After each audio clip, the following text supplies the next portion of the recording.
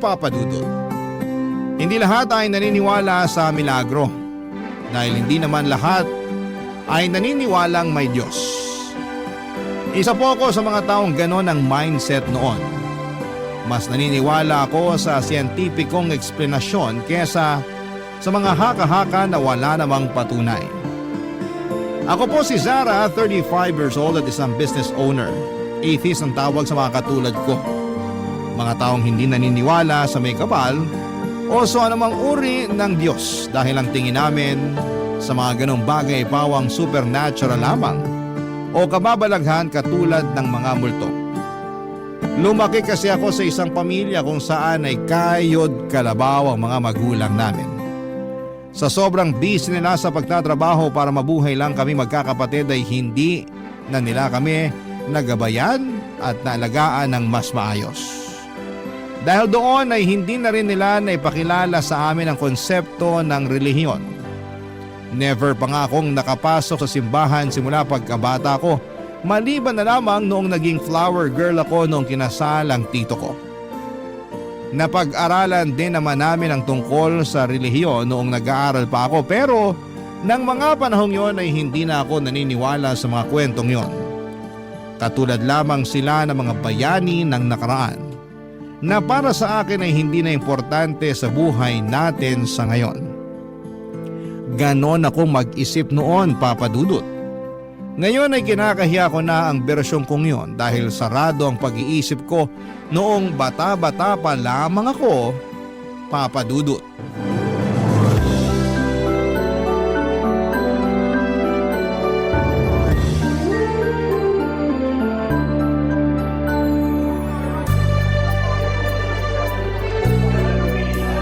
Alam mo, pangatlong kape ko na to para sa araw na to. Talaga ba? Talagang isinabuhay mo na yung salitang coffee is life ah. Totoo rin naman kasi na kape na lang ang talagang bumubuhay sa akin ngayon. Kape paggising, kape habang nasa trabaho, kape during lunch, kape after work, kape sa bahay at kape bago matulog. Kumbaga sa sasakyan yun na ang pinakagasolina ko. Kaya kahirap matulog sa gabi. Kape ba naman kasi laging laman ng buong sistema mo? Ewan ko ba? Napaka-unproductive ko kapag hindi ako nagkakape. Parang wala akong gana sa buhay kapag walang kape. Mabuti na lang pala nagkalat ang coffee shops dito sa trabaho mo. Kaya sabi ko sa'yo, dito na lang tayo magkita kasi maraming pagpipilian dito. Maiba tayo. Hindi pala ako pwede next weekend kaya cancel na lang muna yung Tagaytay natin. Ha? Bakit naman? May youth camp yung church namin sa Sabado at Linggo. Ako yung isang sasama sa kanila para magbantay. Ano ba yan? Para saan ba yung youth camp na yan? Community building tsaka spiritual growth ng mga kabataan sa church namin. Mga ganong bagay. Ano namang ginagawa nyo doon? Nagdadasal? Hindi lang naman pagdarasal yung ginagawa doon. Maraming activities. Tulad ng ano? Basta marami. Gusto mo sumama para malaman mo? No thanks. Gagala na lang ako. Baka mamaya masunog pa ako kapag sumama ako dyan sa paeme nyo. Subukan mo lang. Masaya yun. Ay naku, magmumukha lang akong KJ doon. Alam mo naman ako hindi ako maganyang tao. Oo nga pala. Ano ulit yung tawag sa tulad mo na hindi naniniwala sa Diyos? Atheist ba yun? Oo, atheist ang tawag sa mga taong mas naniniwala sa science kaysa sa mga gawa-gawang kwento lang.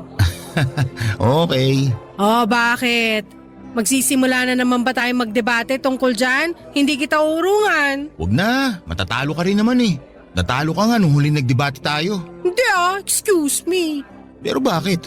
Bakit ba mahirap sa'yong paniwalaan na may Diyos? Kasi hindi ko pa siya nakikita.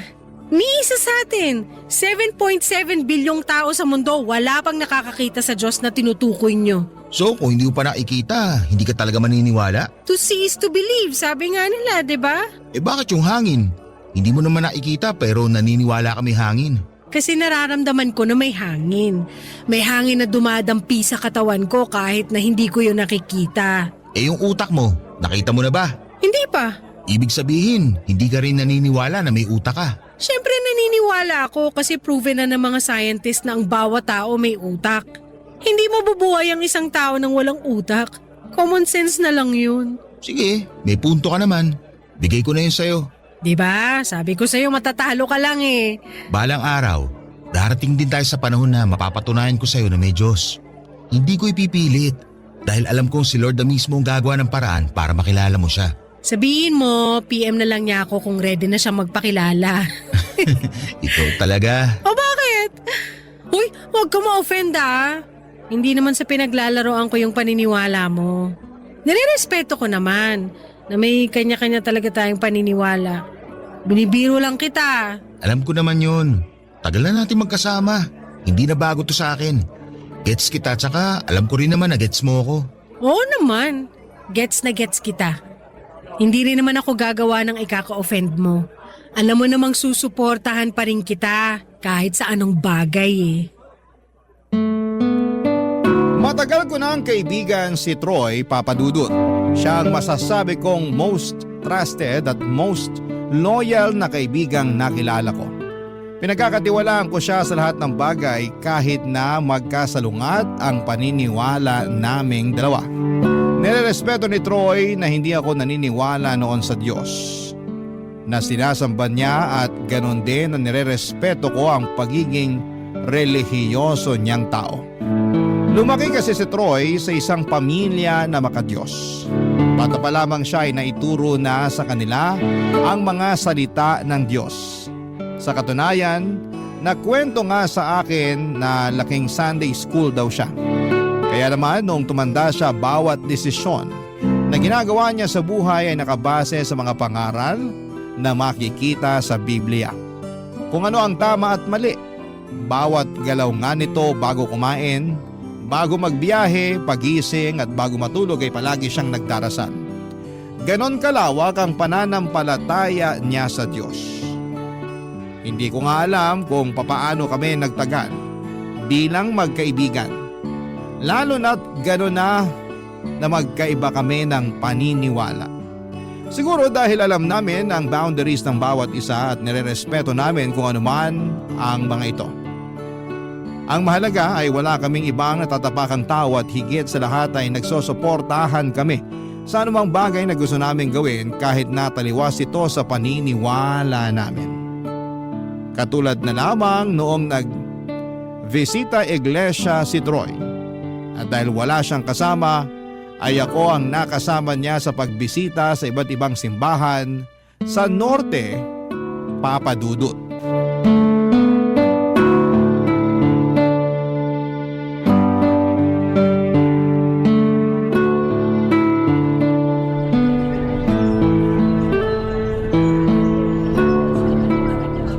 Troy! Tapos na ba yung misa? Oo, tapos na. Kanina pa kita inaantay dito sa tapat ng simbahan eh. Di naman kita makontak. Sorry, late ko na nabasa. Naka-do not disturb phone ko eh. Hindi ka man lang pumasok sa simbahan. Kaya nga tayo nagbisita iglesia, para magsimba, hindi para mamasyal. Alam mo namang hindi mo ako mapapapasok sa simbahan. Baka mamaya masunog pa ako dyan. Sumama ako sa'yo para may kasama kang bumiyahe. Kasi sabi mo busy yung mga kapatid mo. Hindi naman ibig sabihin no na makikisimba na rin ako sa'yo. Yung pasyal lang talaga ang habol ko. Teka, saan ka ba galing? Nag-ikot-ikot lang ako. Naganap ako ng coffee shop as usual, tapos may nakita akong maliit na tattoo shop. Dami ko nakitang bagong designs, kaya hindi ko napigilan ang sarili ko. Nagpalagay ako ng tattoo. Tattoo na naman? Ano bang plano mo sa katawan mo? Ginawa mo namang canvas yung katawan mo. Magiging walking doodle art ka na talaga niyan. O bakit? Astig naman tignan na. Tsaka maliit lang naman yung pinalagay ko. Ito, sa likod ng tenga ko. 3 butterfly. Maganda ba? Ano namang significance niya sa buhay mo? Wala. Trip ko lang. Kailangan ba laging may significance yung tato? Di pwedeng bet ko lang kaya ako pinatato? Pwede rin naman pero lifetime na yan eh. Di na mabubura kaya mahirap magpatato ka ng kung ano-ano. Dapat yung may meaning.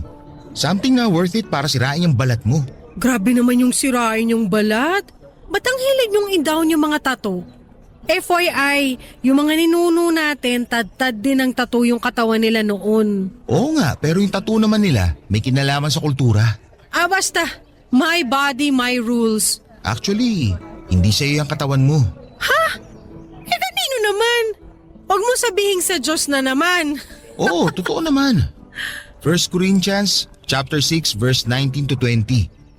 Do you not know that your bodies are temples of the Holy Spirit, who is in you, whom you have received from God? You are not your own. You were bought at a price.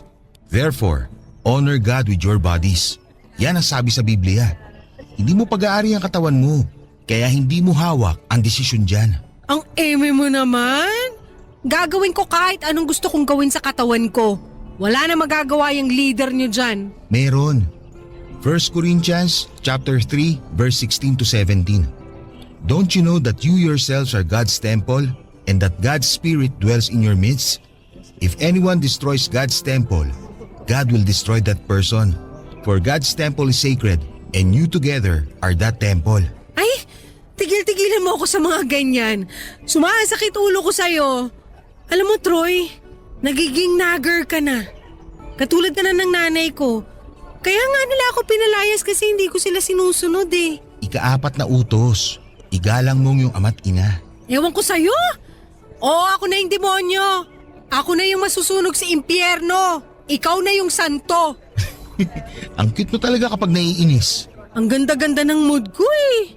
Ganyan ka ba talaga pagkatapos mo magsimba? Ang unang ginagawa mo manira ng araw ng iba. Sorry na. Oo na.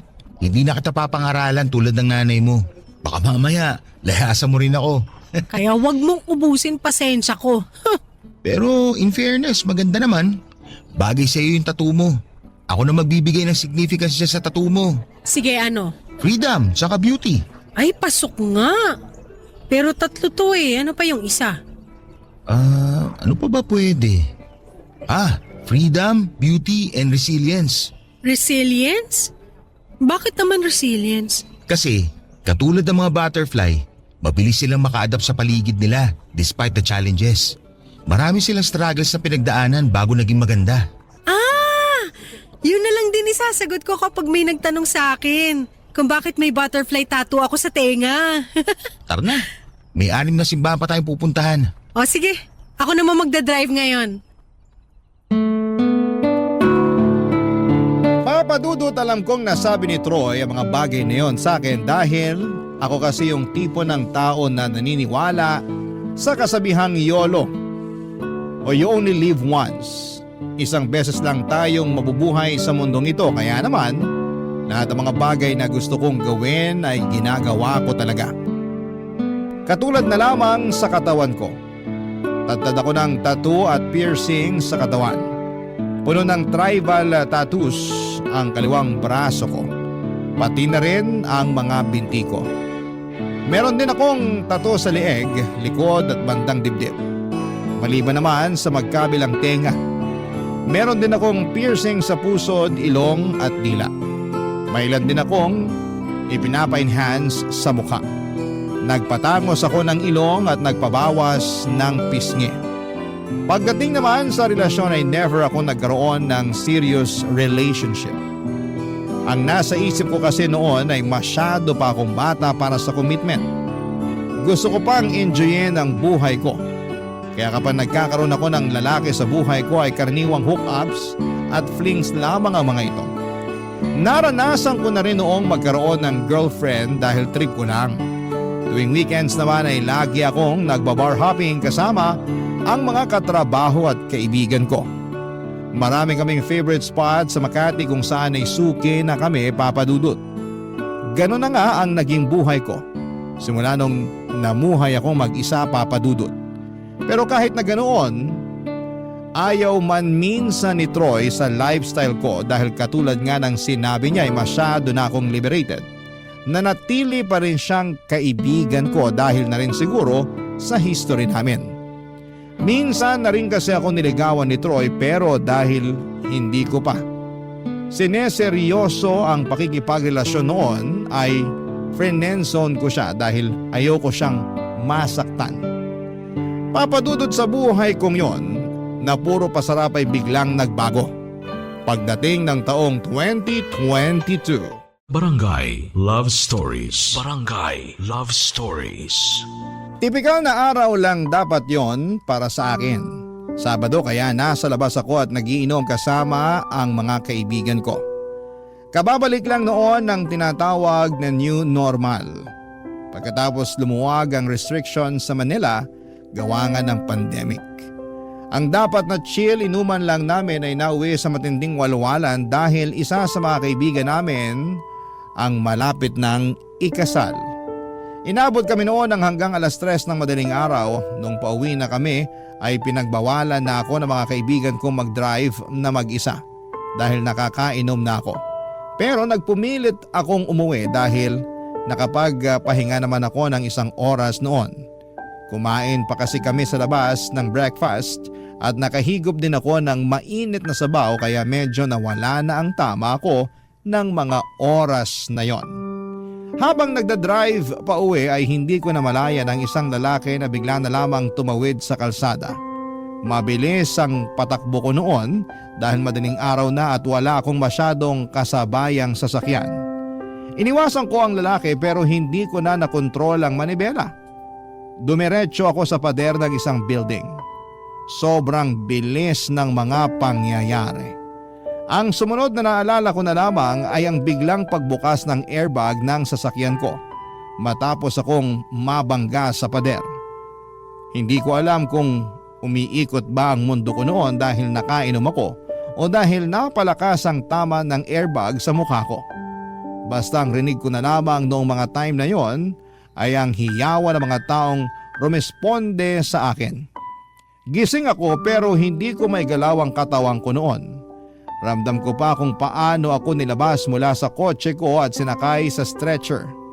Ang sumunod na alaala ko na ay noong nasa ospital na ako, Papa Dudut.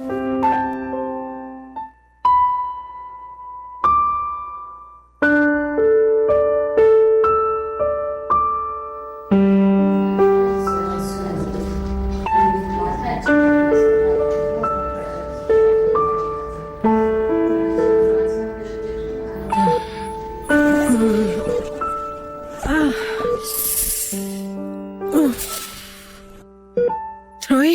Zara, salamat sa Diyos, gising ka na. Anong nararamdaman mo? May masakit ba sa'yo? Hindi ko alam.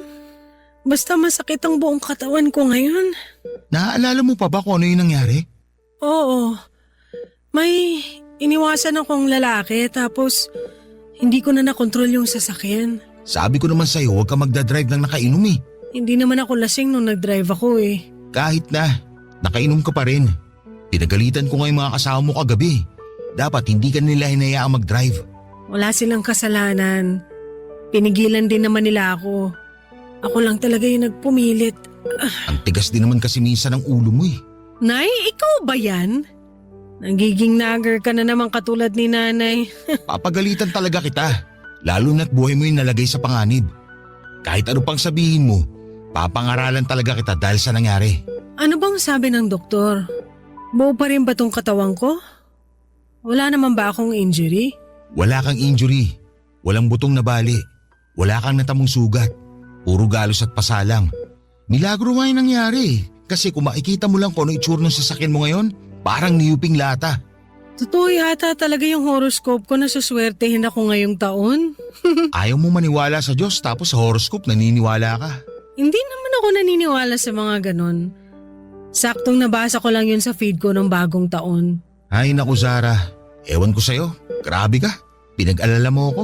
Sorry, hindi ko naman ginusto yung nangyari. Alam ko pero pwede naman sana kasing maiwasan eh. Opo, hindi na po yun mauulit. Kung sana kasi sumama ka sa mga gala namin para may kasama akong umuwi. Hindi ako umiinom at huwag mong gamitin yan para gawin akong lasenggo. Ikaw talaga, napaka-bad influence mo. Joke lang. Pero masaya ako na makitang okay ka na. Sure ka na wala ka na talagang ibang nararamdaman dyan. Okay na ako.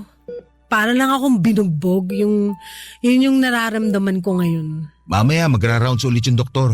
Mas mabuting ikaw na mismo yung makausap niya. Hindi pa ba ako pwedeng ma-discharge? Hindi pa. May ilang test pa raw silang kailangan gawin sa'yo. Para masiguro nilang wala kang internal bleeding o kung ano man. Kailan nila gagawin yun? Ngayong araw lang din yata. Bakit? Nagmamadali ka? May lakad ka ba? Nadisgrasya ka na nga't lahat eh. Magpahinga ka na lang muna. Ayoko lang kasi magstay dito ng matagal. Hospital ang pinaka-ayokong lugar talaga. Wala kang choice. Kailangan mo muna magstay dito hanggat wala pang clearance mula sa doktor mo. Eh anong gagawin ko rito? Ay, yung phone ko pala. Nandito sa bag mo. Walang silbi phone dito, mahirap ang signal. Ay, nakasurvive nga ako sa aksidente pero mukhang mamamatay naman ako sa pagkaburyo rito. Ano, tutungangan na lang ako? Teka, may dala ako rito sa bag eh. Maliit na Bible lang. Eto, basahin mo kapag na-bored ka. Pass. Hindi ako mahilig magbasa ng fictional stories. More on self-help books ako eh. Marami kang matututunan sa librong to. Hindi ka man naniniwala, pero try mo lang. Baka may matutunan ka pa tungkol sa sarili mo kapag nagbasa ka ng Biblia. Hindi na, itago mo na lang yan. Pasuyo na lang ako ng isang libro ha kapag umuwi ka para may basahin ako. Pero hindi naman siguro ako magtatagal rito, no? Ilang mga test na lang din naman yung kulang. Sana. Magdasal na lang tayo na sana wala kang mga internal problem. Kasi mas mahirap yun. Feeling ko naman walang ganon. More on sakit sa labas ng katawan tong nararamdaman ko eh. Wala naman ako nafe-feel sa loob. Sana nga. Pero antayin na lang din natin yung mga test mo para makasigurado tayo. Katulad nga ng nauna ko nang sinabi ay marami ang hindi naniniwala sa milagro, Papa Dudut. At isa na ako doon. Milagro ang tingin ng lahat sa nangyari sa akin noon dahil wala akong tinamong injury sa aksidente kahit na sobrang lala ng sinapit ng sasakyan ko matapos itong bumangga sa pader. Hindi nga raw makapaniwala ang mga pulis dahil kung titignan ang estado ng kotse ko ay aakalain ng lahat na hindi na makakasurvive ang driver nito. Pero himala nga raw na wala akong tinamong anumang sugat o bale sa buto. Kung para sa kanila, himala ang mga nangyari, para sa akin ay coincidence lamang ito. Ibig sabihin ay gumana ang safety features ng sasakyang ginagamit ko. Pero kahit galos nang ang nakuha ko mula sa nangyaring aksidente ay nanatili muna ako sa ospital para sumailalim sa ilang mga test at scans para masiguradong wala akong internal bleeding o anumang fracture sa loob ng katawan ko. Sa kabutihang palad ay wala naman akong internal injury, Papa Dudut. Pero ang bad news, marami silang nakitang hindi maganda sa mga scans na walang kinalaman sa aksidente katulad na lamang ng kidney stones. Matapos ang ilang pang follow-up test at biopsies ay na-diagnose po ako na merong breast cancer. Sa pangalawang pagkakataon ay sinabihan ako na isang milagro ang nangyari. Para daw itong blessing in disguise dahil kung hindi ako na aksidente ay hindi ko pa malalaman na meron na pala akong sakit. Lalo na't ang tumor na nakita nila sa akin ay nakatago raw sa chest wall ko na hindi basta-basta na-detect ng mammogram. Hindi ko alam kung matutuwa ako o malulungkot sa mga nalaman kong balita, pero tama ang sinabi nila na maaga kong nalaman ang sakit ko kesa malaman ko ito kung kailan malala na pala ang sakit kong cancer sa katawan. Papa Dudut, milagro para sa kanila na naaksidente akong walang natamong injury. Pero nadisgrasya ako para lamang ma-diagnose na meron na pala akong breast cancer. Yon para sa akin ang milagro. Kung sino man ang may pakana nito ay tadhana, Diyos o sadyang coincidence lang ang lahat. Ang mahalaga ay maaga kong nalaman ang karamdaman kong ito, Papa Dudut.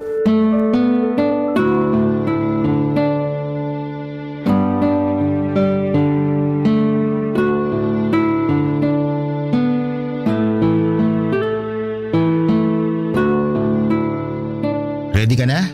Napak mo na ba lahat ng mga gamit mo? Oo, nakaayos na lahat. Tara na. Daan na lang tayo sa billing para cleared na tayo. Oh, akala ko ba ayaw mo magstay dito sa ospital? Ba't di ka pa tumatayo dyan? Sandali lang. Dito muna tayo saglit. Bakit? Okay ka lang ba? Uy, okay ka lang ba? May masakit ba sa'yo? Anong meron? Uy, Sarah! Wala to. Anong wala to? Ngayon na kita nakitang umiyak ng walang dahilan. Hindi ka naman umiiyak eh. Bakit nga? Ba't ka umiiyak? Wala, tara na. Hindi. Wala nga alis dito hanggat hindi mo sinasabi sa akin kung bakit bigla-bigla ka nalang umiiyak dyan. Pinag-aalala mo na naman ako eh. May nalaman kasi ako masamang balita sa doktor ko kanina. Ano yun? Akala ko ba okay na lahat? Pinapauwi na nga tayo, di ba? Cancer ako, Troy. May nakita silang tumor dito sa tip-tip ko. Ha? Imposible. Wala naman kayong history ng cancer Wala nga, pero hindi naman ganun yun eh. Kahit sino pwede magka-cancer tulad ko. Cleared ako sa nangyaring aksidente. Wala akong injury pero may iba pa pala akong problema. Kaya pala may follow-up test silang gustong gawin sa'yo. Gaano raw kalala? Anong stage? Stage 2. Pero malalabanan pa naman daw, di ba? Kakayanin pa ng treatment? Oo, yun ang sabi sa akin. Kailangan ko na raw sumailalim sa treatment as soon as possible. Ay, kaya mo to. Kakayanin natin tong labanan.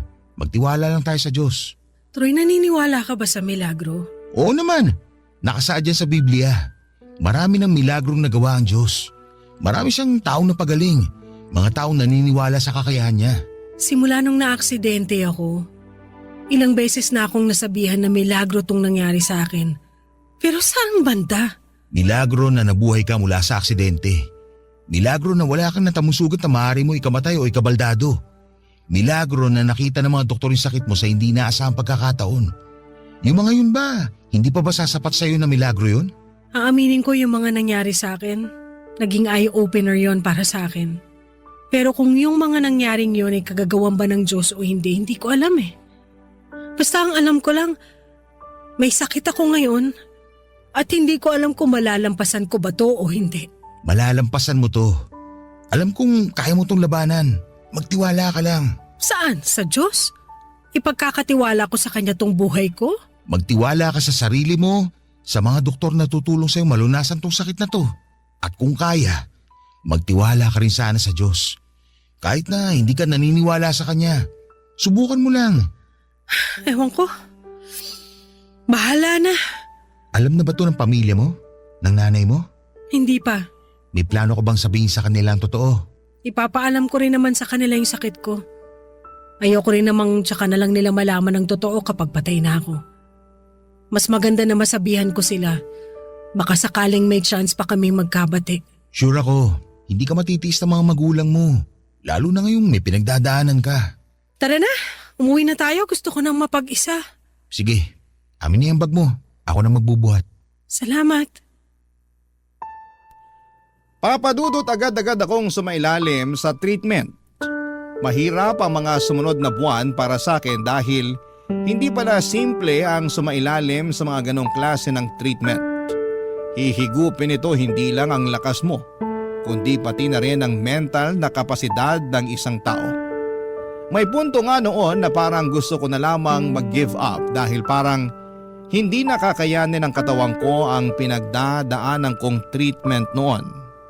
Napakalakas kasi ng naging side effect ng chemotherapy sa akin sa puntong nakita mismo ng mga mata ko ang pagbabago sa katawan ko. Mabilis po akong nangayayat at nawala ng gana sa buhay. Nang mga panahong yon, unti-unti ring napalapit sa akin ang pamilya ko na itinakwil ako dahil sa pagrebelde ko. Tunay ngang mas matimbang pa rin ang dugo kahit na anong mangyari dahil sa kabila ng mga masasamang salita na binitawan ko sa mga magulang ko noon ay nasa tabi nila ako noong nilalabanan ko ang sakit ko. Hindi rin ako iniwan ni Troy. Siyang nag-alaga sa akin noong nagpapakimo ako. Ang mga araw na yon ang isa sa mga pinagdaanan ko na gusto ko nang ibaon sa limot dahil ng mga panahong yon, kada kimo ay para akong mamamatay na. Masakit ang buong katawan ko. Hirap akong huminga, nangihina ako at wala akong ganang kumain kahit na nagugutom na ako. Isang araw bago pumasok sa trabaho si Troy ay dumaan siya sa bahay. Ipinagluto niya ako ng breakfast. Katatapos lang noong magpakimo kaya bedridden pa ako ng ilang araw. Kasabay ng pagkaing inihatid niya ay binigyan niya ako ng isang makapal na libro. Biblia yon na pwede ko raw basahin habang nagpapalakas.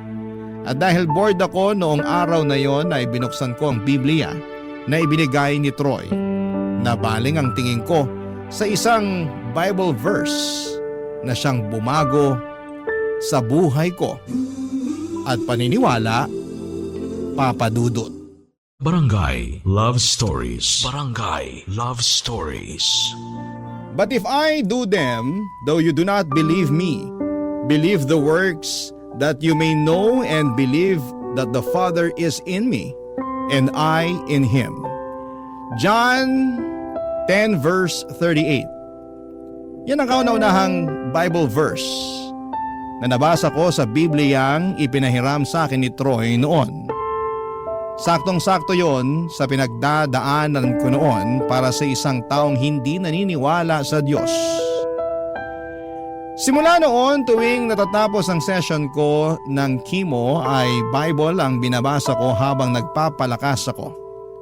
Hindi man naniniwala ay yun na ang naging sandalan ko tuwing gusto ko nang bumigay. Surprisingly ay maraming bagay ako nabasa sa Bible na nakaka-relate ako at sa maniwala man kayo o sa hindi, gumaan po ang pakiramdam ko tuwing nagkakaroon ako ng kalinawan ng pag-iisip.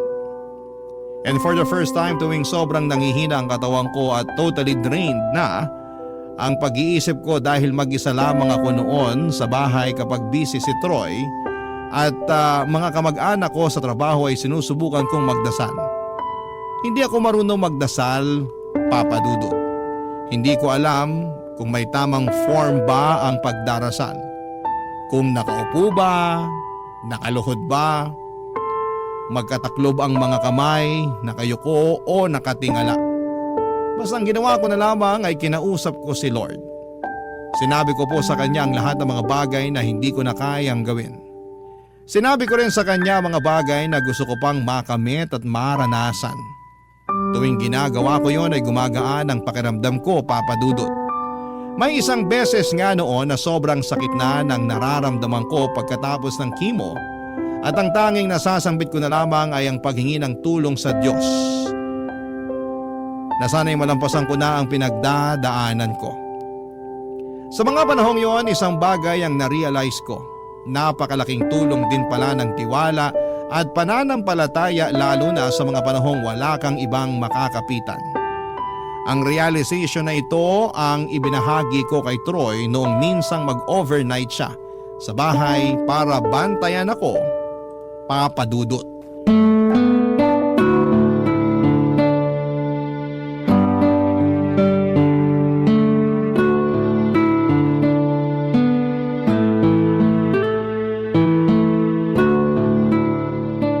Ito na yung pina-order mong biryani.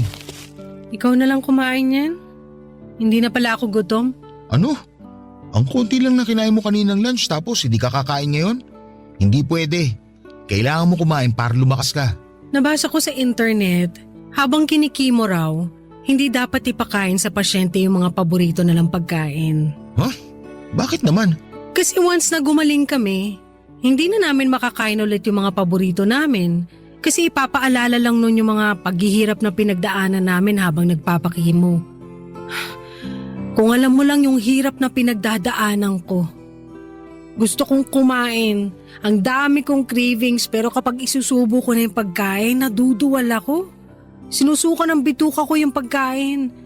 Ayoko naman yung favorite food ko maging most hated food ko na. Okay. Gets ko na. So, anong gusto mong kainin ngayon? Yung ayaw mo? Gusto mong pakainin kita ng ampalaya? E di mas lalong hindi ka kakain yan. O sige, tabi mo na lang yan. Susubukan kong kumain mamaya. Ngayon na. Sakto, mainit pa to. Hindi nga pwede ngayon. Hindi yan tatanggapin ng katawan ko. Sige mamaya, basta promise mo kakain ka ha. Malapit na yung operasyon mo. Kailangan mo magpalakas ng katawan. Oo na. Ano namang nararamdaman mo ngayon? Natatakot ka ba na malapit na yung operasyon mo? Siyempre oo. Ikaw ba naman yung tanggalan ng dibdib? Tsaka first time ko rin magpa-opera. Natatakot ako kasi mababawasan ako ng parte ng katawan. Hindi ko alam kung paano ko tatanggapin na hindi na ako kompleto. Ang isipin mo na lang, para to sa ikabubuti mo. Mababawasan ka man ng parte ng katawan, at least, malalabanan mo naman ang sakit mo. Di ba mas maganda yon? Oo, yun naman talaga dahilan kung bakit ako magpapa-opera eh. Pero hindi ko alam, natatakot pa rin ako eh. Alam mo kung ano magpapawala sa takot mo? Ano? Umapit ka sa Diyos. Sa mga ganitong oras, wala kang ibang makakapitan kundi siya lang. Susubukan ko. Talaga? Hindi yan yung sagot na inaasahan ko mula sa iyo ah. Akala ko magiging sarcastic ka na naman. Sa estado kong to, wala na akong karapatang maging sarcastic pa. Lahat ng tulong na kailangan ko hindi ko na talaga tatanggihan kasi hindi ko na talaga kaya. Magpakatatag ka lang. Kaya nga nagpapasalamat ako na nandyan ka eh. Thank you kasi hindi mo ko iniwan at my worst. Sobrang lugmok na ako ngayon pero nandyan ka pa rin. Inaalagaan ako, binabantayan. Thank you. Wala yun. Siyempre kaibigan kita. Alangan naman pabayaan kita kung kailan mas kailangan mo na makakasama. Hindi ako ganung tao no. Salamat din pala dun sa Bible na iniwan mo sa bedside table ko. Ang laking tulong nun sa akin tuwing mag-isa lang ako rito sa bahay. Nagbabasa ka na ng Bible? Wow! Naisip ko lang basahin kasi tama yung sinabi mo. Kapag mag-isa na lang ako at wala akong ibang matakbuhan, yung Bible na yun na naging sandigan ko nung sobrang hirap na ako. Ang totoo niyan, hindi ako nag-iwan ng Bible na yon. Ha? Eh sino? Yung nanay mo. Tulog ka noon eh nung dumalaw sila rito sa bahay mo. Nag-iwan lang sila ng pagkain saka yun nga. Iniwan nila yung Bible sa kwarto mo. Siya pala nag-iwan no? Nakala ko ikaw. Alam mo, masaya ako na nagkaayos na kayo ng pamilya mo. Another miracle, di ba? Akala ko, habang buhay na kayong magkagalit ng nanay mo pero tignan mo. God moves in a mysterious way talaga. Ganun pala yun no? Akala ko, napakahirap paniwala sa isang bagay na hindi pa naman napapatunayan pero eto ako ngayon, naniniwala na. Hindi dahil may sakit ako ngayon kundi dahil sinubukan kong maniwala. Para siyang hangin, hindi ko nakikita pero nararamdaman ko na siya ngayon. Gusto mo bang mag-invite ako ng pastor para ipag-pray ka bago yung operasyon mo? Para kahit papano, mabawasan yung takot na nararamdaman mo. Sige, pwede naman. Wala namang mawawala eh. Sige, may kakilala akong pastor na pwedeng kontakin. Salamat. Dumating ang araw bago ang operasyon ko. Sabay na dumating sina Troy kasama ang pastor na kakilala nito para ipag-pray over ako.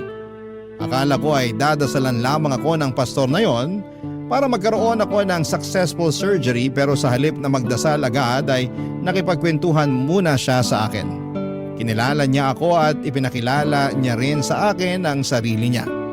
Parang small talk lamang ang nangyari na nauwi sa malalim na usapan. Maya-maya ay hindi ko napansin na nagsimula na palang mag-preach si pastor. Ang nagustuhan ko sa kanya ay parang nagkukwento lamang siya. Hindi siya nangangaral. Ang ginawa lamang niya ay magbahagi ng mga kwento kung saan ay naire-relate nito ang mga salita ng Diyos.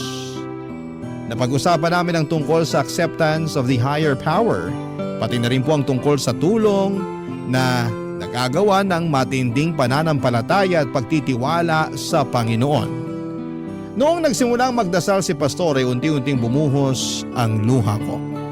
Hindi ko alam kung bakit pero ramdam ko ang presensya ni Lord na parang humahaplos sa buo kong katawan ng araw na yon. Kinaumagahan ay sumailalim ako ng surgery at naging successful naman po ito, Papa Dudut. Sa mga sumunod na buwan ay pinagpatuloy ko ang treatment.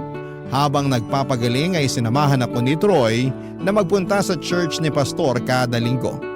Doon ay palagi kong ipinagpapasalamat na nalagpasan ko ang sakit ko at patuloy ang pagpapagaling ko.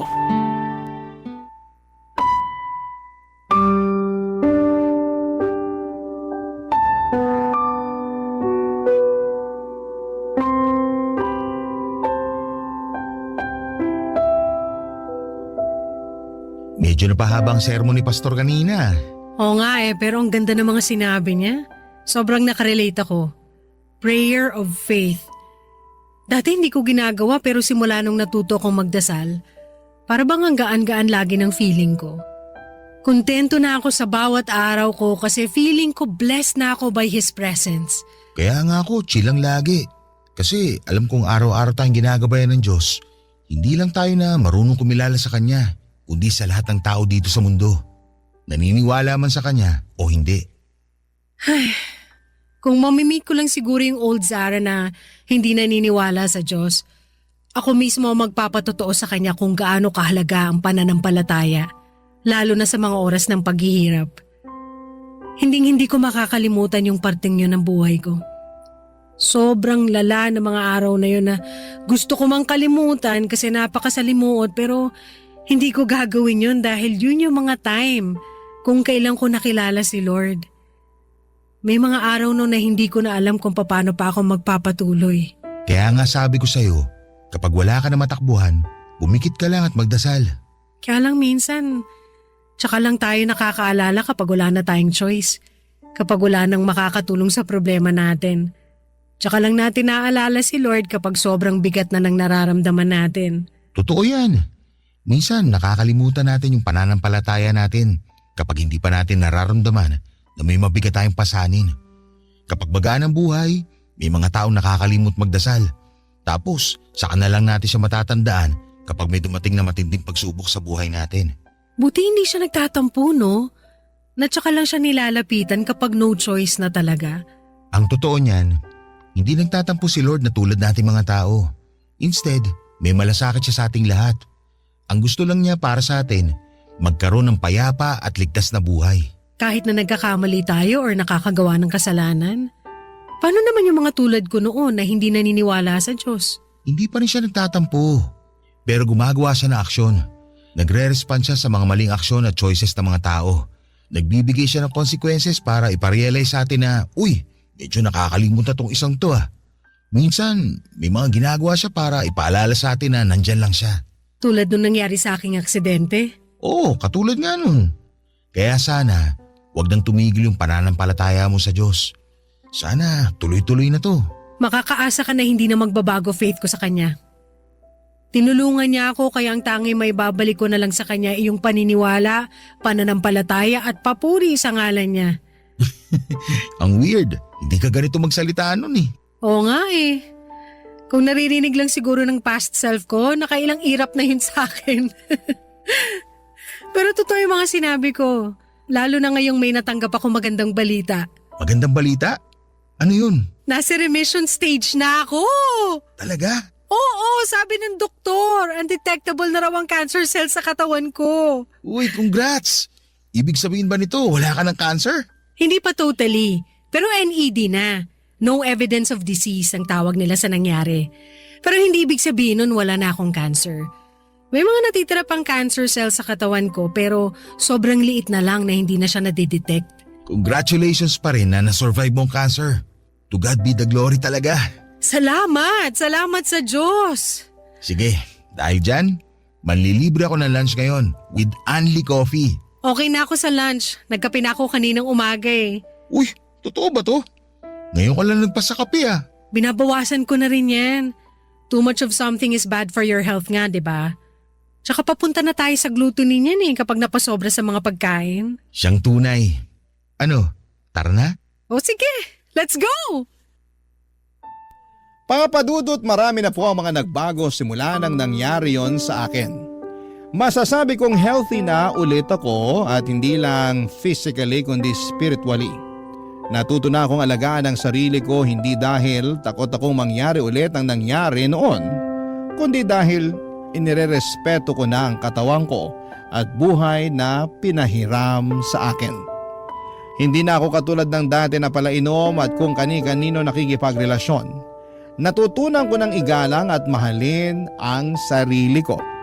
Ang aksidente na nangyari sa akin noong 2022 ang nagsilbing eye-opener ko sa katotohanan na hindi natin hawak ang buhay natin.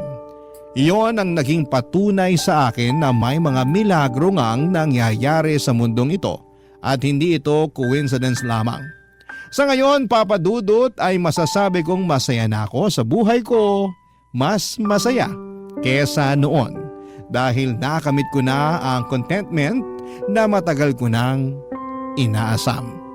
Nakatulong din ang pagkakaroon ko ng matatag na kasama sa buhay, walang iba kung hindi si Troy, na kung nooy best friend ko lamang siya, ngayon ay boyfriend ko na po siya. Sinagot ko siya matapos niya akong ligawan ulit. This time ay ready na ako for commitment at ready na akong mahalin ng taong matagal nang nagmamahal sa akin. Hindi man ako kasing relihiyoso ni Troy pero ngayon ay naniniwala na ako sa buong may kapal. Merong Diyos na gumagabay at nag-aalaga sa atin. Hindi man ito mapapatunayan ng mga siyentipiko pero mapapatunayan ito ng mga taong katulad ko na dumaan din sa mga milagro ng Diyos. Ito po ang aking kwento. Ang inyong forever kapuso at kabarangay, Zara.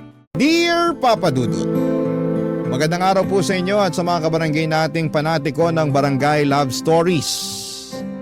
Itago niyo na lamang po ako sa pangalang Noriela. 30 years old, taga Bulacan at nagtatrabaho bilang VA o Virtual Assistant. Nadiskubre ko ang programa ninyo nang minsan kong napanood sa social media ang isa sa mga trending video ni Papa Dudut.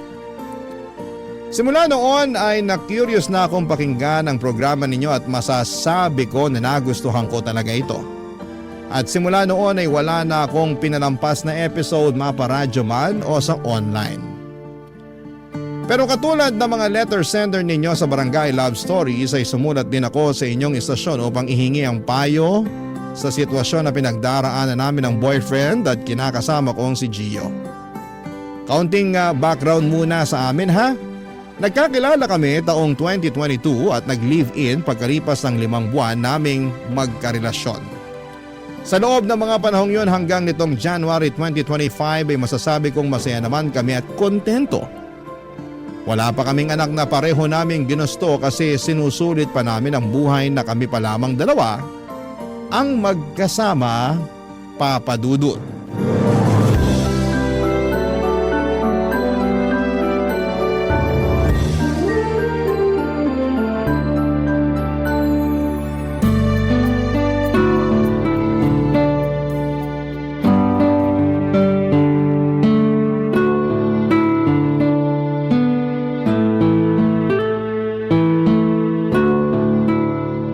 Magkano nga ulit yung kuryente natin? Nasa 2,500 siya. 2,500 divided by 2 equals 1,250. Tama? Oo, tama. Tapos yung water bill natin, 700. Ibig sabihin tag 350 tayo. Oo, gano'n na nga. Sige, teka. Kunin ko lang sa wallet ko yung pera. O ayan. 2,000 yan kaya dapat may sukli pa akong 400 pesos kasi 1,600 lahat. Kaso wala pa akong barya. Nako, paano yan? May paggagamitan ako dun sa sukli. Wala ka bang 600 lang? Ibibigay ko ba sa iyo yung 2,000 ko kung meron? Nagtatanong lang naman. Sinasagot lang din naman kita. Huwag mo sanang masamain. Hindi ko naman minamasama. Buti pa bibili na lang ako dyan sa convenience store sa malapit para mapalitan tong 1,000 mo. Ano naman bibilhin mo dun? Kahit ano lang. Hindi ba pwedeng magpapalit ka na lang tapos huwag ka nang bumili? Pwede naman siguro pero nakakahiya yun eh. Bakit ka naman mahihiya? Tindahan naman sila. Ibig sabihin meron silang barya. Kung gusto kong magpapalit, dapat siguro sa bangko. Pero ewan ko lang kung pwede yun. Lalo 1,000 lang naman ang kailangan kong baryahan. Tapos isang sakay pa yung pinakamalapit na bangko rito sa atin. Kaya dyan na lang ako sa convenience store dyan sa baba para malapit. Mapapagastos ka lang. Ang mahal pa naman ng mga paninda dyan sa convenience store na yan. Di nga ako bumibili dyan ng mga pwede ko naman bilhin sa sari-sari store. Ikaw naman, kinumpara mo pa yung sari-sari store alam mo namang magkaiba sila. Basta. Hindi mo ako mapipilit na bumili dyan. Kasi ang mahal. Pareho lang naman ang tinda nila sa mga sari-sari store. Para sa akin, puro pasosyal lang mga bumibili dyan. Meron din kaya silang paninda na di mo mabibili sa mga sari-sari store. Katulad na lang yung mga inumin, tsaka pagkain na sarili nilang produkto. Alin? Yung mga fried chicken at burger nila? Mabibili mo na yun sa mga fast food chain sa mas mura at sulit na halaga. Oo nga, alam ko naman yun. Pero bakit mo ba kasi kinukumpara yung convenience store sa ibang tindahan? Ang gusto ko lang naman mapalitan tong 1,000 mong buo para masuklian na kita. Wala lang. Naisip ko lang kasi di practical yung gusto mong mangyari. Bibili ka ng kung ano-ano tapos magbabayad ka ng mahal. Hindi naman ako bibili ng sobrang mahal at sobrang dami. Yung sapat lang para mabariyahan ako. Basta. Hindi mo mababago ang isip ko tungkol sa pagbili dyan sa ganyang klase ng tindahan. Masyadong magastos. Bahala ka nga dyan. Basta ako bibili lang doon para makapagpapalit.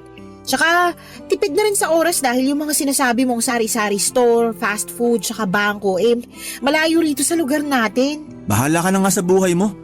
Tutal, kahit na anong salita ako, ikaw pa rin ang nasusunod. Ano ba kasing kinakagalit mo? Ibabalik ko naman ang buo yung sukli mong 400 pesos. Hindi ko naman gagastusin yun. Pera kung ipambibili ko na kung anumang magustuhan ko doon. Kahit na, aksayado pa rin sa pera. Ewan ko sa'yo. Minsan ilugar mo rin kasi yung pagiging practical mo. Tsaka kasalanan ko ba na wala kang barya dyan kaya kailangan ko pang mag-aksaya ng pera para lang mapalitan tong 1,000 mo? Saya nang niluwa ng ATM kanina nung nag-withdraw ko. Kaya wag akong sisihin mo. Oh, sige. Kasalanan na ng ATM. Grabe, makaalis na nga bago pa ako masiraan ng bait sa'yo. Papadudot, bago kami nag-live-in ni Gio ay nag-usap kami tungkol sa mga bayarin at pagkain namin. Doon ay nagkasundo kami na 50-50 kami sa lahat ng gastusin. By the way, virtual assistant din si Gio pero dati siyang nagtatrabaho sa isang private company bilang finance staff. Tapos ay na-impluwensyahan ko siyang pasukin ng trabaho ko na nagustuhan naman niya lalo na at mas malaki pa sa dati niyang sweldo ang kinikita niya sa ngayon. Pero kahit na lumaki ang kinikita ni Gio ay hindi pa rin nagbago ang pamumuhay niya. Kumbaga mas naging mahigpit siya sa pagbabudget ng pera at naging priority niya ang pag-iipon at pag-invest. At kung ano lang ang napag-usapang ambag namin pambayad ng bills at pagkain, ayun lang talagang ibinibigay niya. Walang labis, walang kulang, ika nga. Sigurista rin siya. Minsan ay gumagamit pa siya ng calculator sa cellphone niya para lamang makompute ng tama ang ambag at sukli niya. Hindi siya pwedeng lamangan, sa kabilang banda ay kabaliktaran naman niya ako. Hindi ako magastos pero meron akong pamilya na sinusuportahan at 2 kapatid na pinag-aaral sa kolehiyo. Kaya naman masasabi ko na kaunti lang ang ipon ko kumpara sa kinakasama ko, Papa Dudut.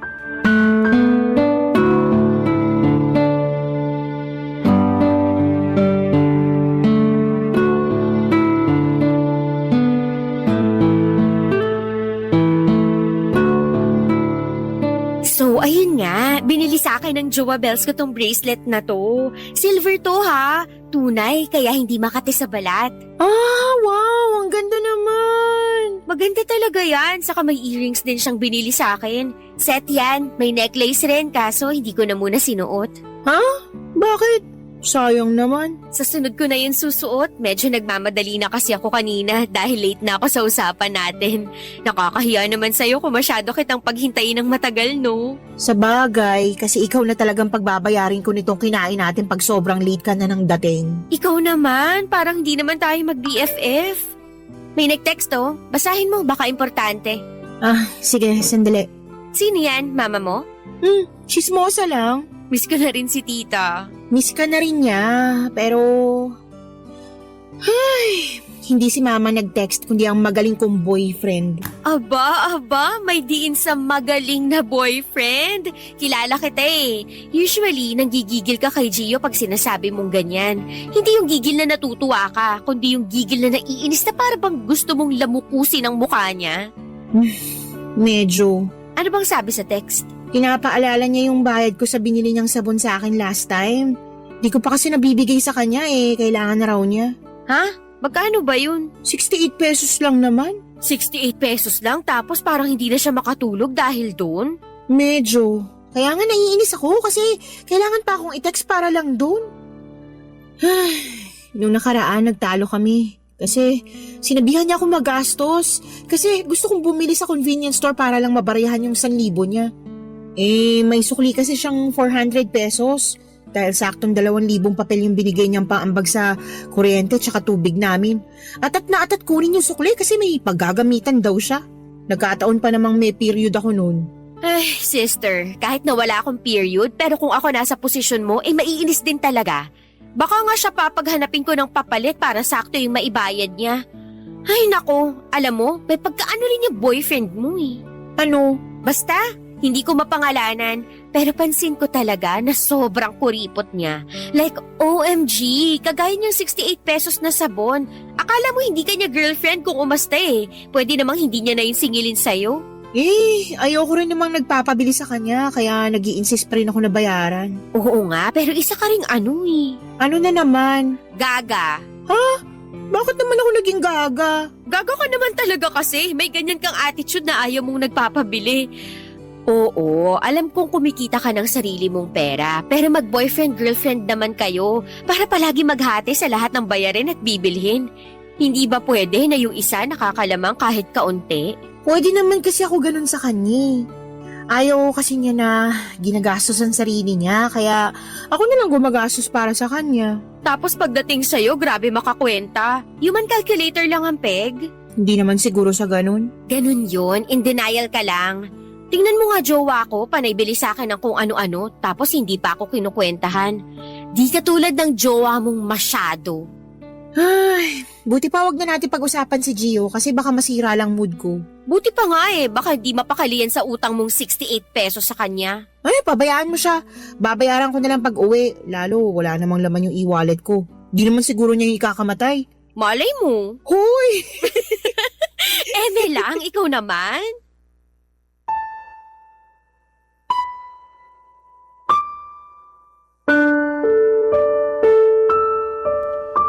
Papa Dudut High School best friend kami ni Sandy at siya lang talaga ang kaibigan ko na masasabi kong nakakausap ko pa rin hanggang ngayon.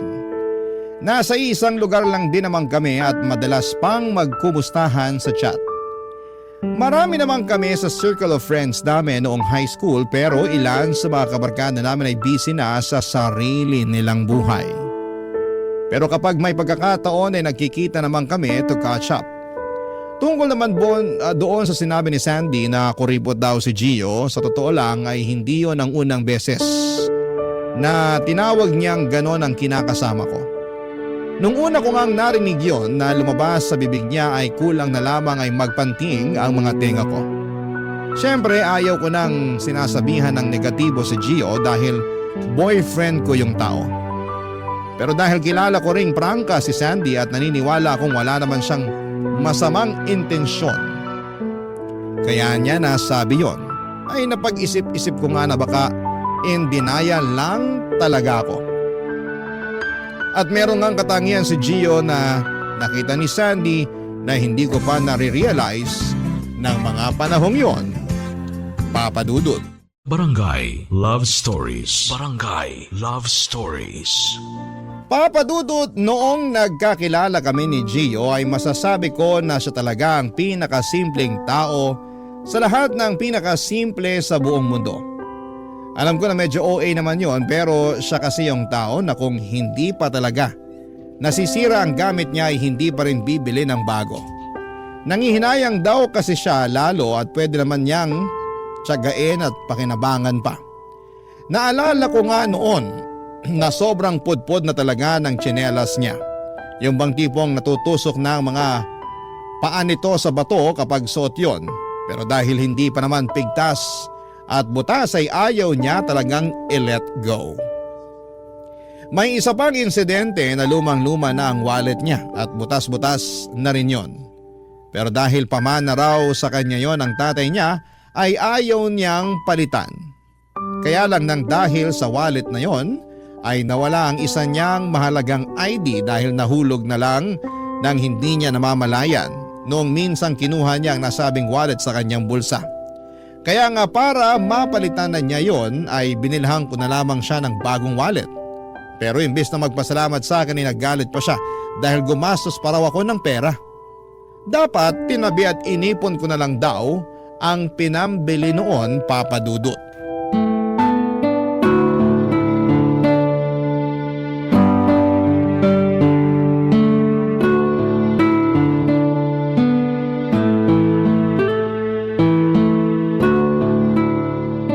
Ang sweet ng boyfriend ni Sandy, no? Biruin mo, hindi lang bracelet ang binili sa kanya. May earrings pa tsaka necklace.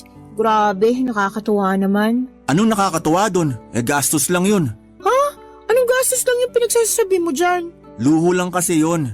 Nakwento mo mahilig siya sa ganun kahit na wala pa siyang boyfriend. Kaya para sa akin, nag-aksaya lang ng pera yung boyfriend niya nung bumili siya ng mga ganung bagay.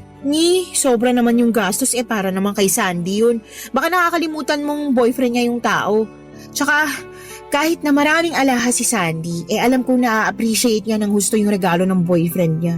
Kung inipon at ininvest na lang sana ng boyfriend niya yung pera na pinamili dun sa alahas, at least darating ang panahon na pwede pa yun lumaki.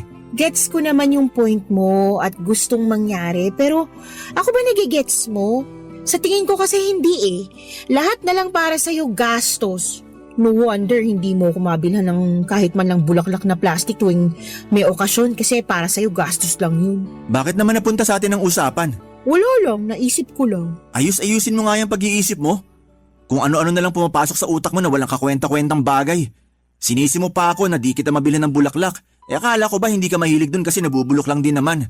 Sabi mo pa nga hindi yun praktikal. Oo nga, pero nagbago ng isip ko. Gusto ko na ng bulaklak. Sa lagay, bawal na magbago ang isip. Hindi naman sa bawal, pero sana maisip mo na luho lang yun. Buti sana kung makakain mo yung mga bulaklak na yun pag nalanta. Hindi naman, di ba? Hindi kaya luho yun. Tsaka, ako naman pagbibigyan mo na girlfriend mo, no? Yung ibang tao bumibili ng bulaklak para ialay sa mga namayapa nilang mahal sa buhay. Pero ako, buhay na buhay pero hindi mo malang mabilan at mabigyan ng bulaklak. Kung gusto mo ng bulaklak, bakit di ikaw ang bumili para sa sarili mo? Siyempre, iba pa rin kapag sa'yo galing. Hindi nga praktikal yun. Buti pa pagkain na lang bibilin ko para sa'yo. At least nabusog ka pa dun. Ayoko ng pagkain, gusto ko bulaklak. Ay nako, kasalanan talaga yan ng kaibigan mong si Sandy Oh, bakit naman? Paano niya naging kasalanan? Kasi kasasama mo sa kanya at kakarinig ng mga kwento tungkol sa boyfriend niya maaksaya sa pera, naiisip mo na tama na dapat gastusan ng lalaki ang isang babae para sa mga luho at di praktikal na bagay. Kagaya niya na di ka naman mahilig sa bulaklak, tapos biglang gusto mo na magpabili ng bulaklak. Ewan ko sa'yo, gastos mo. Hindi naman ako nagpapabili sa'yo araw-araw Tsaka kahit di yung mamahaling bulaklak ang bilin mo, ayos na sa akin. Ganun kayo mga babae, di ba? Mahilig kayong magkumpara ng nararamdaman sa inyo ng isang tao nang nakabase sa halaga ng mga bagay na binibigay nila. Aminin mo na, ganun ka rin Grabe ka naman magsalita. Oh, bakit nagagalit ka? Paano hindi ako magagalit? Nakakabwisit ka na. Kung ano-anong sinasabi mo dyan na hindi naman totoo. Hinuhusgahan mo na ako agad, wala ka pa nga binibigay sa akin. Puro ka nalang gastos, puro ka nalang luho na akala mo ikakalugi mo kapag binilan mo ako ng kapirasong bulaklak. Tsaka, hindi lang naman bulaklak yun Maraming bagay pa na akala mo lalamangan kita pag hindi ko na ibalik sa'yo yung saktong sukli mo o bayad ko. Kainis ka. Tapos lakas pa ng loob mo ikumpara ang sarili mo sa boyfriend ni Sandy. Kung tutuusin, mas maayos pa nga yun kasi hindi niya kinukuriputan yung girlfriend niya. Papadudot nasaktan ang loob ko sa mga sinabi ni Gio sa kaibigan ko at kung paano siya tratuhin ng boyfriend niya. Para sa akin ay hindi niya naintindihan ang punto ko ng mga panahong yon. At pinagpipilitan pa rin niya na masyado lang silang maluho. Pero bago ang lahat ay gusto ko lang pong linawin sa mga kabarangay na hindi ko sinasabing masama ang mag-ipon ng pera at maging praktikal sa paggastos sa mga bagay-bagay. Siyempre sa ekonomiya nating ito ay mahalaga talaga na may savings tayo para meron din tayong madudukot sa panahon ng pangangailangan. Kaso, nang dahil sa pag-uusap namin yon ni Gio, ay narealize ko na tama nga si Sandy. Hindi lang basta matipid si Gio kundi kuripot talaga siya. Makwenta rin siyang tao at hindi pumapayag na lumalamang kahit sentimo ang inaambag niya sa mga bayarin namin. Tapos ay never pa niya akong binilhan ng regalo tuwing may okasyon. Basta binabati niya lamang ako at kontento na ako doon. Ang mali ko lang rito akala ko ay hindi na ako maghahangad na tratuhin niya ng mas maayos. Pero matapos kong makita na yung ibang babae nga ay nagagawang i-spoil na mga partner nila pagdating sa mga material na bagay, ay doon ako napatanong sa sarili ko kung deserve ko ba ang turing sa akin ng kinakasama ko. Buti na lamang at nandyan si Sandy na handang makinig sa mga hinaing ko sa buhay, Papa Dudut.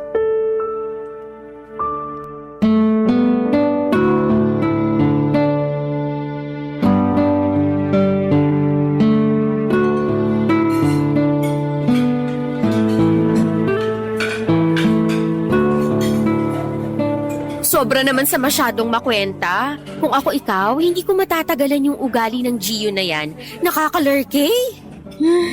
Kahit naman ganun si Gio mahal ko pa rin naman siya. Mahal mo nga. Pero ikaw ba, mahal ka niya? Ano ibig mo sabihin? Na hindi niya na ako mahal, ganun? Oo, kasi yung pagmamahal niya sa'yo may kondisyon. Kumbaga, mahal ka lang niya kasi nakakapag-ambag ka ng tama. Pero kapag kinulang na, nababawasan na rin yung pagmamahal niya sa'yo. Hindi naman siguro sa ganun. Para sa akin, ganun na rin yun. Red flag yun, sister. Kasi naniniwala ako sa kasabihan na kung mahal ka talaga ng isang lalaki, hindi ka niya nahahayaang gumastos at palagi ka niya i-spoil sa kahit na anong bagay na gusto mo. Pero kakaiba yata utak niyang boyfriend mo eh. Parang never pa kitang naringgan na binilhan ka niya ng kahit na ano. Oo, kasi wala naman talaga siyang binibigay sa akin eh. As in? Kahit na tuwing sasapit ang birthday mo? Oo, binabati niya lang ako tapos ayos na sa akin yun. Gaga ka ngang tunay. Bakit na naman? Kasi ayos lang sa'yo na ginaganyan ka. Buti sana kung hindi mo siya boyfriend na okay lang na batiin ka lang niya tuwing birthday mo. Kaso magjowa nga kayo. Ikaw nga grabe mag-effort pag birthday niya eh. Noon yun, nung hindi pa kami nag-away ng malala kasi masyado raw akong magastos tuwing birthday niya eh. Isang araw lang naman yun at lilipas din daw. Ay, ewan ko sa kanya. Masyado siyang eme. Hindi ko maintindihan takbo ng utak. Papaalala ko lang sa'yo ha na magkaibang matipid at praktikal sa kuripot at maramot. Tingin ko, hindi na lang kuripot yung boyfriend mo. Maramot din yan. Kaya nga nalulungkot ako kasi parang kasalanan ko rin naman. Tama ka nga siguro nag-aaga ako kasi nakontento ko sa trato niya sa akin noon. Akala ko kasi ayos lang dahil hindi naman ako naghahangad ng ibang bagay. Ano ka ba? Kasama sa pangangailangan natin bilang human being, yung mga material na bagay na binibigay sa atin para maramdaman natin na mahal at mahalaga tayo ng isang tao. Okay lang kahit hindi mamahalin basta meron, lalo na tuwing may espesyal na okasyon. Pero yung boyfriend mo, wala eh. Kung tutuusin, kaya ka naman niyang gastusan. Kaso hindi lang niya ginagawa kasi maramot siya. Maiintindihan ko pa sana kung hindi naman malaki kinikita niya at breadwinner pa siya ng pamilya nila. Pero yun ngang may maliit na sweldo sa ka-breadwinner nakakapagbigay pa ng regalo sa mga jowa nila. Puro na lang siya ipon, puro siya invest. Jowain na lang kaya niya yun kesa sa'yo, no? Ewan ko ba, pero wala naman ako nakikitang masama sa pag-iipon at pag-i-invest. Pero parang tama ka na sana, yun na lang ginawa niya kaysa sa akin. Lagi naman akong tama. Ay, wow. Charot lang, pero laging may point mga sinasabi ko. Alam ko naman yun, kaya nga thankful ako kasi nandyan ka para makinig sa akin at payuhan ako. Pero hindi ko pa rin talaga mapigilang malungkot sa ugali ni Gio. Hindi mo na mababagong ugali niya kung siya mismo ayaw magbago. Kaya, imbis na maging malungkot ka dyan, bakit hindi ka na lang sumama sa team building ng department namin? Kulang pa kami ng isa, kaya join ka na. Team building nyo nga, 'di ba? Bakit mo ko pasasamahin? Eme-eme lang naman yun. Saka sila nga may kasamang jowa hindi naman namin ka-department. Hindi mo ba isasamang jowa mo? Hindi, kasi ikaw ang gusto kong kasama. Para naman kahit paano makapag-relax ka. Kawawa ka naman, parang pasan mong mundo. Wow, salamat sa awa mo Papadudot sa loob ng ilang taon naming magkasintahan ni Gio ay mabibilang sa mga daliri ko sa kamay kung ilang beses pa lamang kaming nag-out of town. Parang isa o dalawa pa lamang yata kasi para sa kanya ay gastos lamang daw yon. By the way, sa mga out of town naming yon ay ako ang gumagastos para sa aming dalawa. Mapilit ko lamang siya na lumabas kami. Nangihinayang kasi ako sa pagkakataon na makapag-relax naman kami lalo at puro trabaho na lamang ang inaatupag namin. Sawang-sawa na rin kasi ako doon sa nirerentahan naming apartment dahil work from home na nga kami tapos minsan lang makalabas ng bahay. Kaya pagkatapos ng pag-uusap namin yon ni Sandy ay nag-decide akong sumama sa team building nila. Gusto ko rin naman na makalanghap ng sariwang hangin dahil pakiramdam ko ay masisiraan ako ng ulo, Papadudot. Pero bago dumating ang araw na yon ay nagpaalam ako kay Gio at nagulat ako nang pagalitan niya ako kasi napakagastos ko raw. Sa totoo lang ay hindi ko inaasahan na sasabihin niya yon sa akin at dahil nasaktan ako ng husto, ay mas lalo akong naging desidido na sumama kina Sandy, lalo na at nagtatampo at masama ang loob ko sa boyfriend ko. Barangay Love Stories. Barangay Love Stories. Papadudot masama pa rin ang loob ko kay Gio hanggang sa makauwi na ako mula sa sinamahan kong team building. Pero aminin kong narelax ako ng husto lalo at beach trip yon. Kaya lang ay bumalik ulit yung pagkainis ko kay Gio lalo na at lumipas na lamang ang 2 araw ay hindi pa rin niya ako kinikibo.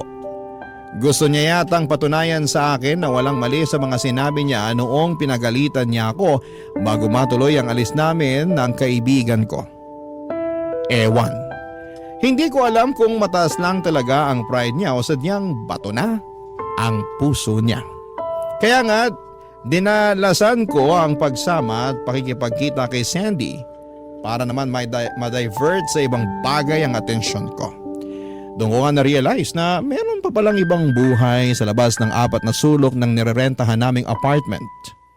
Siyempre hindi naman ako naging pabaya sa finances ko. Pero tuwing sweldo ay pinaglalaanan ko ng pera at panahon ng pagkakaroon ng social life at iba pang mga gawain sa buhay. Saka hindi lang naman puro gala ang inaatupag namin ni Sandy, Papa Dudut.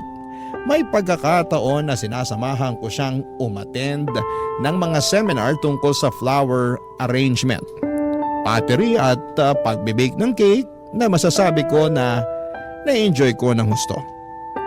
Malaking bagay sa akin na may ibang ginagawa dahil nagiging mabuti ang mental health ko. Kaya lang nung February lang ay nawalan ako ng client. Yun pa naman yung pinaka matagal na pagkakataon, tapos makalipas lang ang 1 linggo ay nawala ulit ang isa ko pang kliyente. Bagay na naging dahilan kung bakit ako nalungkot. Sinubukan ko namang maghanap ng panibagong kliyente pero malapit ng mag-March ay wala pa rin akong nahahanap, Papa Dudut.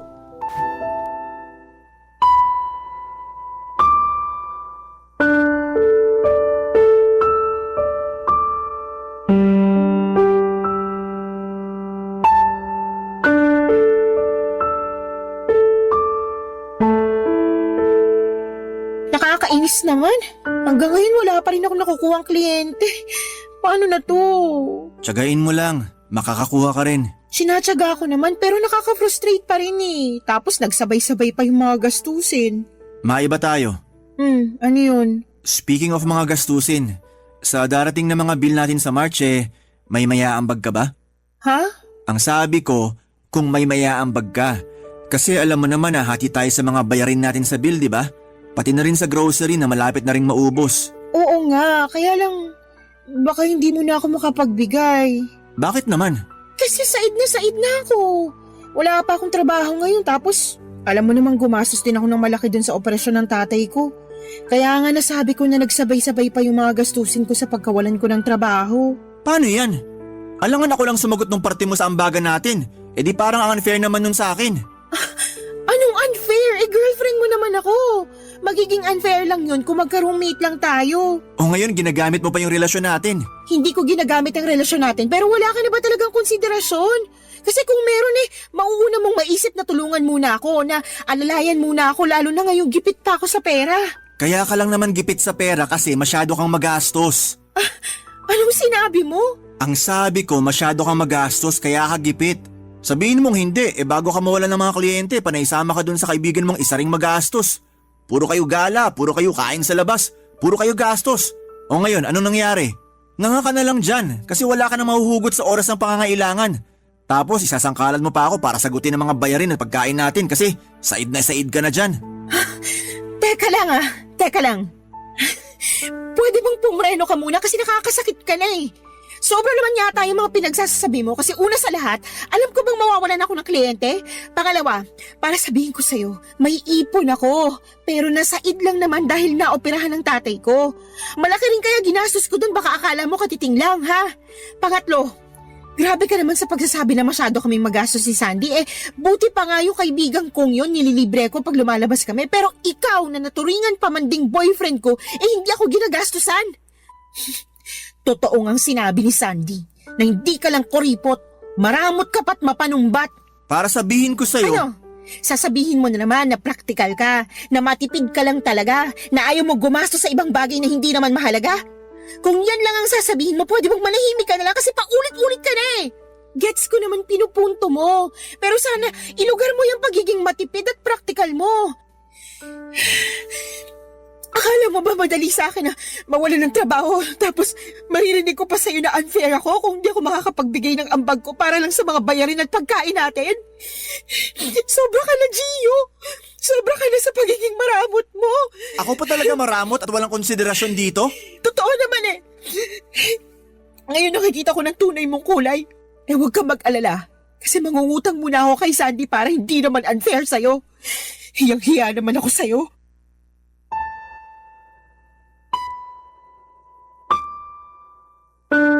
Papadudot, nagbanting na ang pandinig ko sa mga sinabi sa akin ni Gio at nagpatong-patong na po ang lahat ng sama ng loob ko sa kanya.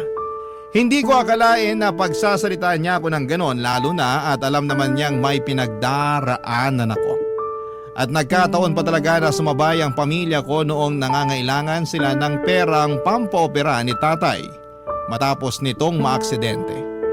Lahat yun ay nangyari bago ako nawala ng kliyente at hindi lang maliit na pera ang nilabas ko rito upang mapagamot ang tatay ko. Kaya nga grabe ang hinanakit ko kay Gio dahil hindi niya ako magawang suportahan ng mga panahong yon. O kahit intindihin man lang, ganon ba talaga kahirap yon? Naisip ko na baka dahil hindi kami kasal kaya wala akong karapatan na mag-demand sa kanya. Pero partner niya ako. At parang hindi naman yata makatarungan na tratuhin niya ako ng ganon. Kaya nga hindi ko na rin po nakontrol ang emosyon ko at nakapagsalita na ako ng hindi maganda sa kanya bilang ganti sa mga masasakit na sinabi niya sa akin. Lahat ng yon ay kinuwento ko sa BFF kong si Sandy noong magkita kami, Papa Dudut.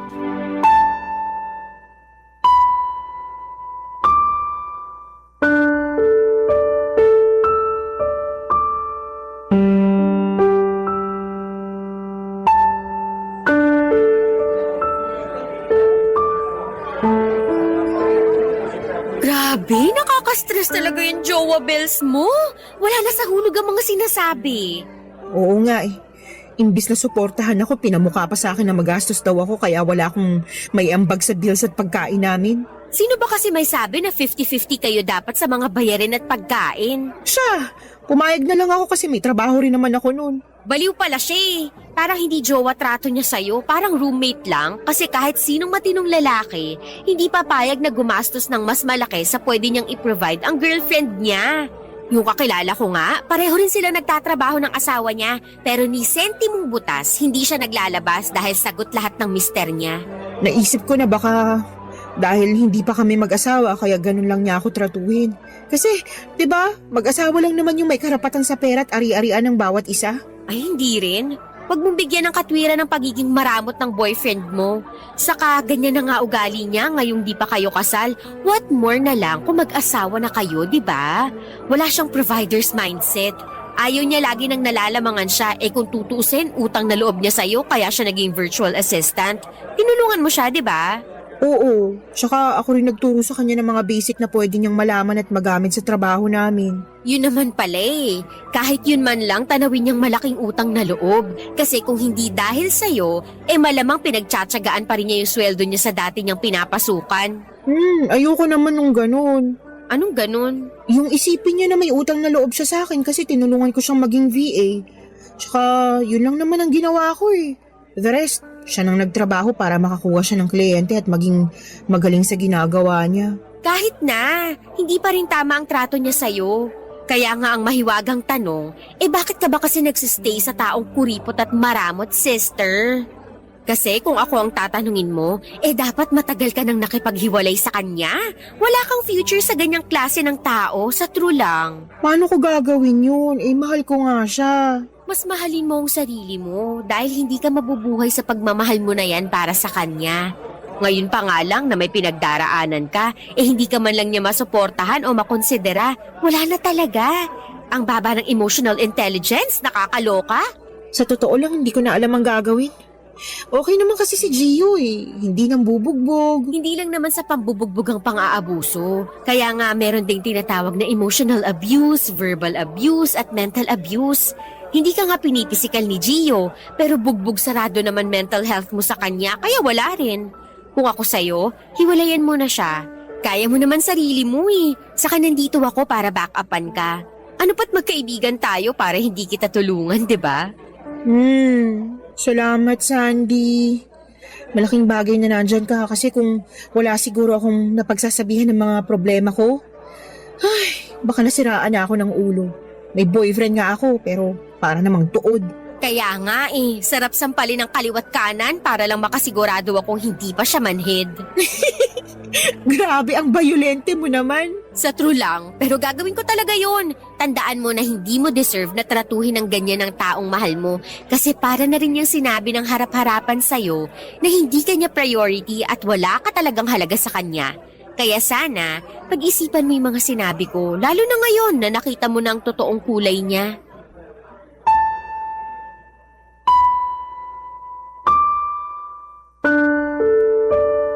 Papadudot malaking bagay sa akin ang payo at pakikinig ni Sandy upang hindi ko maramdaman na mag-isa lamang ako sa pagharap ko sa mga pagsubok sa buhay. At yung bagay na hindi nagawa sa akin ni Gio. Pagka-uwi ko noon sa apartment namin ay nagsorry siya sa akin at sinabi niyang siya na raw ang sasagot sa mga paparating naming bayarin sa March. Pero alam ko at ramdam na ramdam ko na napipilitan lamang siya. Kaya naman hindi ko mapigilang malungkot dahil mukhang wala na talagang pag-asa na magbago siya. Alam ko naman na makakabangon ako at mababawi ko ang perang nawala sa akin dahil masipag at masikap naman akong tao. Pero hindi ko lubos akalain na nang dahil sa pangyayaring ito ay nakita ko na ang tunay na kulay ng boyfriend ko. At kaya ako nalulungkot ng husto dahil siya pa naman ang lalaking gusto kong makasama hanggang sa pagtanda namin. Kaso parang alanganin ako. Kaya sana'y matulungan ako ng mga kabarangay natin kung ano nga ba ang pwede kong gawin kung sila ang nasa posisyon ko. Maraming salamat po Papadudot sakaling mapili po ninyong i-ere ang sulat ko. Malaking bagay yon sa akin. God bless and more power sa inyong programa na Barangay Love Stories. Number 1 kayo sa aking puso. Ang inyong forever, kapuso at kabarangay, Noriela.